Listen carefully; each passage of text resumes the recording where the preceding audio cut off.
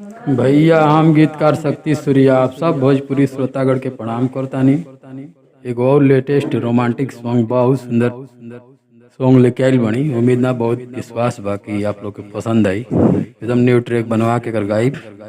बहुत सुंदर सॉन्ग बटे, ट्रेंडिंग टॉपिक पे बाटे। चलिए के सुनाओ तनी किस तरह का बाटे ई सॉन्ग। मुखड़ा कुछ प्रकार बा। जाने दो कोई सन भइल बाटे मन हो, लागता गड़बड़ भीतरिया सजन हो।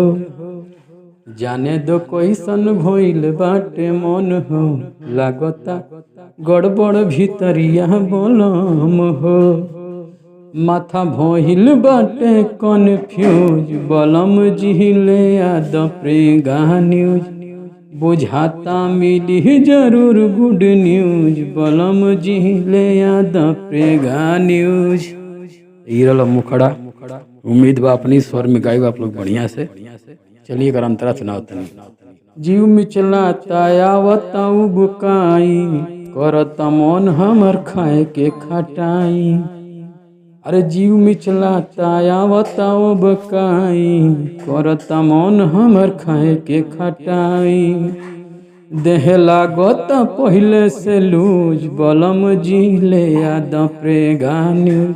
बुझाता मिली जरूर गुड न्यूज, बलम जिले याद प्रेगा न्यूज। यही रहा पहला अंतरा। चलिए का दूसरा अंतरा सुनाते नहीं।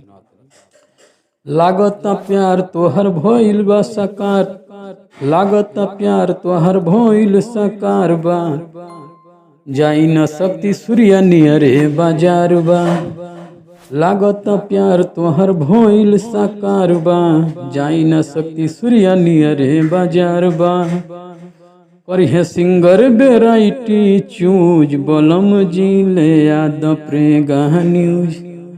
बुझाता मिली जरूर गुड न्यूज, बलम जिले याद प्रेगा न्यूज।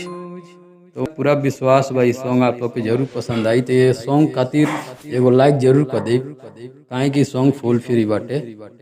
चलिए मिलता है नेक्स्ट वीडियो में, तब तक खातिर बहुत बहुत धन्यवाद।